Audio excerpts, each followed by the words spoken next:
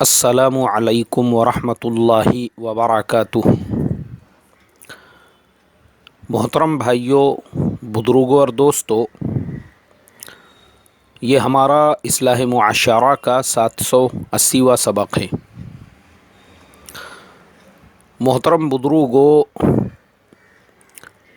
بنگلہ دیش میں جو ہنگامہ ہوا اس کے بعد سے میں دیکھ رہا ہوں کہ سوشل میڈیا کے اوپر ایک دوسرے پر الزام تراشی کا بازار گرم ہو چکا ہے۔ ہر ایک فریق دوسرے فریق کو اس کے لیے مورد الزام ٹھہرا رہا ہے، ایک دوسرے پر کیچڑ اچھال رہا ہے، ایک دوسرے کو گالیاں تک دے رہا ہے، مسلمانوں کی عصمتوں کو تار تار کیا جا رہا ہے۔ وہ ساری چیزیں پڑھ کر، وہ ساری باتیں سن کر انتہائی افسوس ہوتا ہے کہ آج ہماری جو صلاحیت ہے، وہ صلاحیت جہاں لگنی چاہیے تھی وہاں نہیں لگنے کی وجہ سے حال یہ پہنچ چکا ہے کہ ابھی فجر کے بعد مجھے ایک اور میسج پڑھنے کے لیے ملا کہ ایک مردود، ایک جھوٹا نبی، ایک خبیث، اس کے کچھ کارندے وہ بنگلور کے اندر پکڑے گئے جو وہاں پہ چل پھر کر لوگوں میں تبلیغ کر رہے تھے۔ میں نے اس سے پہلے بتایا تھا قادیانیوں کی تبلیغ کے بارے میں، یہ ایک اور شیطان پیدا ہو چکا ہے۔ میں نے آج تک اس کا نام لیا نہیں اور میں لینا بھی نہیں چاہتا۔ اس کے کارندے بھی جو ہے وہ پکڑے گئے تبلیغ کرتے ہوئے بنگلور شہر کے اندر۔ اور یہ میرے محترم بزرگوں دوستوں کیوں ہو رہا ہے؟ ہماری صلاحیتوں کے غلط جگہوں پر لگنے کی وجہ سے۔ ہمارا جو کام تھا ہم نے اس کام کو چھوڑ دیا۔ ہمارا کام کیا ہے؟ جو ہمارے بڑے فرماتے ہیں، جو ہمارے بزرگ فرماتے ہیں، جو ہمارے اکابر فرماتے ہیں، وہ ہمارا کرنے کا کام ہے۔ کون حق پر ہے، کون ناحق پر ہے، یہ فیصلہ تو اللہ کرنے والے ہیں۔ بنگلہ دیش میں اتنا بڑا انتشار پیدا ہوا، اتنی لڑائیاں، اتنے جھگڑے، کئی لوگ شہید ہو گئے اس کے اندر۔ اس کا ذمہ دار کون؟ اس کو اللہ تبارک و تعالیٰ نہیں چھوڑیں گے۔ ایک بات یاد رکھو، جو بھی اس کے لیے ذمہ دار ہوں گے، اب وہاں سے جو باتیں مل رہی ہے، جو لوگوں سے میں نے بھی سنا ہوں، حقیقت جو ہے، حقیقت وہ یہ ہے کہ گزشتہ سال جو وہاں پر ٹونگی کے اندر عالمی اجتماع تھا، حضرت جی مولانا سعد صاحب وہاں پر پہنچے تو آپ کو بیان نہیں کرنے دیا گیا۔ پورے اجتماع میں ایک ہنگامہ، ایک انتشار۔ اس کے بعد میں حضرت جی مولانا سعد صاحب وہ وہاں کے مرکز پہنچ گئے۔ اب وہاں کے مرکز میں جب پہنچے تو سارے ساتھی وہ مرکز پہنچ گئے۔ مرکز کے اندر ایک ہجوم، روڈ تک، راستوں تک لوگ پہنچ گئے، اور حضرت جی مولانا سعد صاحب وہاں سے واپس نظام الدین تشریف لے آئے۔ ان کے آنے کے بعد اب بنگلہ دیش کے اندر وہ پورا کا پورا جو طبقہ ہے جو نظام الدین کے ساتھ میں جڑا ہوا، جو نظام الدین کے نہج پر کام کر رہا ہے، وہ بیچاروں میں ایک بے چینی پیدا ہو گئی، ان کے اندر ایک رنج پیدا ہو گیا، ایک غم پیدا ہو گیا، تکلیف ہوئی وہ سارے کے سارے مجمع کو۔ اور ان لوگوں نے یہ ارادہ کیا کہ بھائی کچھ شر پسند جو ہمارے ملک میں اجتماع کے اندر بھی آ کے شر پھیلا رہے ہیں، ویسوں کے شر سے محفوظ رکھنے کے لیے ابھی سے ہم لوگ تیاری کریں گے کہ آئندہ مرتبہ حضرت جی مولانا سعد صاحب وہ کسی بھی حال میں اس عالمی اجتماع کے اندر پہنچے۔ اب ہمارے یہاں پر بھی یہ ترتیب ہے، پوری دنیا میں یہ ترتیب ہے کہ جب کہیں پر کوئی بڑا اجتماع ہوتا ہے تو اس سے پہلے چھوٹے چھوٹے ضمنی جو ہمارے اجتماعات ہوتے ہیں، جوڑ ہوتے ہیں، ان جوڑوں میں چلے کی 4 مہینے کی جماعتیں نکالی جاتی ہے، اور ان جماعتوں کو اس بڑے اجتماع کی محنت کے لیے گاؤں میں، دیہاتوں میں، علاقوں کے اندر بھیجا جاتا ہے۔ اب یہ جو ٹونگی کا اجتماع ہے، اس کو ابھی وقت ہے، اس سے پہلے جو پرانے کام کرنے والے ہیں ان لوگوں کا ایک جوڑ ہمیشہ ہوتا، ہر سال ہوتا، وہاں سے جماعتیں نکلتی وہ بڑے اجتماع کی محنت کے لیے، تو وہ جوڑ رکھا گیا۔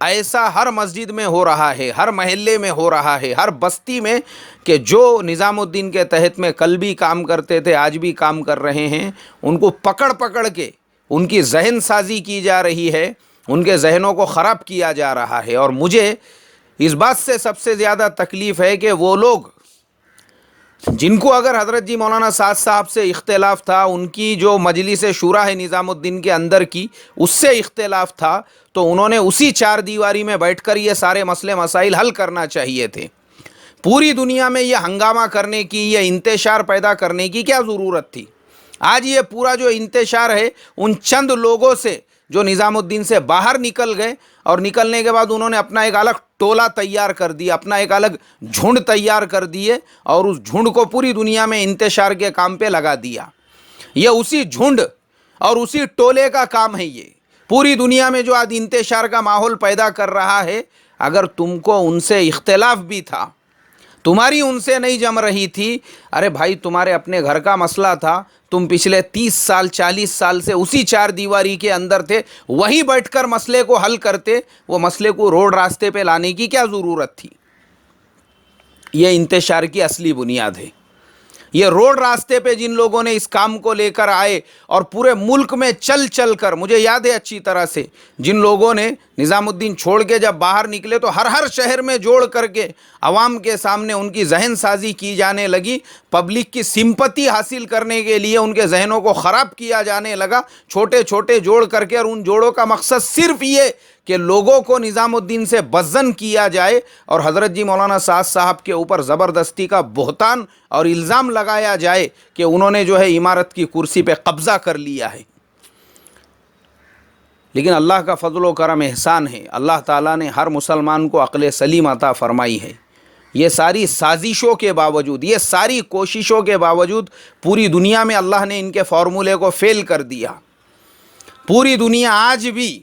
بلند شہر اجتماع کی کارگزاری ہے، اورنگ آباد اجتماع میں جہاں 1 کروڑ لوگ آئے تھے، بلند شہر اجتماع میں 2 کروڑ لوگ پہنچے ہوئے ہیں۔ 2 کروڑ لوگ پوری دنیا میں آج کہیں پر بھی نہیں پہنچے جو بلند شہر کے اندر پہنچے ہوئے ہیں۔ اللہ تبارک و تعالیٰ نے باطل کی جڑوں کو کھوکھلا کر دیا، سوائے واٹس ایپ اور سوائے سوشل میڈیا کے ان کا اور کہیں پہ کوئی وجود نہیں ہے۔ اسی لیے لوگ ان کی جماعتوں کو مسجد میں نہیں آنے دے رہے ہیں، بستیوں میں نہیں آنے دے رہے ہیں، کیونکہ لوگ جانتے ہیں جس نظام الدین سے پورے ملک، پوری دنیا کا اتحاد اور اتفاق قائم ہے، اس نظام الدین پہ اگر آنچ آتی ہے اور کچھ لوگوں کو اس سے نہیں پٹتا ہے تو ہم کیوں برداشت کریں گے؟ اس کے لیے میرے محترم بزرگوں، دوستوں، اور رہا مسئلہ ان لوگوں کا جو آج حضرت جی مولانا سعد صاحب کی عمارت پہ انگلیاں اٹھاتے ہیں، بھلے ہی دنیا کے مانے ہوئے اکابر ہو، بھلے ہی دنیا کے مانے ہوئے لوگ ہو، اس کی صرف ایک وجہ، حضرت جی مولانا سعد صاحب ان میں سے بہت ساروں کے شاگرد ہے، بہت ساروں سے عمر میں چھوٹے ہیں، بہت ساروں نے بچپن ان کا دیکھا ہوا ہے، ان لوگوں کے سامنے ان کا بچپن گزرا ہوا ہے۔ اب پرابلم یہاں پہ یہ پیدا ہو گیا کہ ہمارے سامنے کا بچہ، اس کو اتنے بڑے کام کی اتنی بڑی ذمہ داری مل گئی، کہاں سے برداشت ہوگا؟ کیوں برداشت کرے گا وہ؟ یہ ایک بہت بڑا، میرے محترم بزرگوں، دوستوں، لاجیکل اس کا ایک وجہ ہے اس کی۔ آج یہ جتنے لوگ ان کی تائید میں کھل کر نہیں بولتے، اور جن لوگوں کے نہیں بولنے کی وجہ سے یہ فتنے اور انتشار پوری دنیا میں ہو رہا ہے، صرف اسی حسد اور اسی جلن میں کہ ہمارے سامنے کا طالب علم، ہمارے سامنے کا بچہ، وہ اب ہمارا باپ بن گیا ہوا ہے، اب اس کو کیسا باپ مانیں گے، اس کو کیسے امیر مانیں گے؟ اصل پرابلم تو یہ ہے نفس کا، اندر کے شیطان کا، اور اپنے اندر کی اکڑ اور اپنے اندر کے گھمنڈ اور اپنے آپ کو نہیں جھکانے کا۔ اگر وہی تھوڑا سا جھک جاتے کہ بھائی امت، پوری امت میں انتشار ہوگا، اس سے اچھا یہ ہے کہ ملت کے اتحاد کے لیے، پوری امت کو ایک پلیٹ فارم پہ لانے کے لیے ہم لوگ نظام الدین میں ہی تھے، وہیں رہ کر یہ مسائل کو حل کرتے، یہ سارے فتنے ہوتے نہیں تھے۔ وہ نظام الدین کی چار دیواری سے باہر نکلنے کی وجہ سے یہ سارے فتنے ہوئے۔ اور میری آواز اگر ان لوگوں تک پہنچتی ہے تو ایک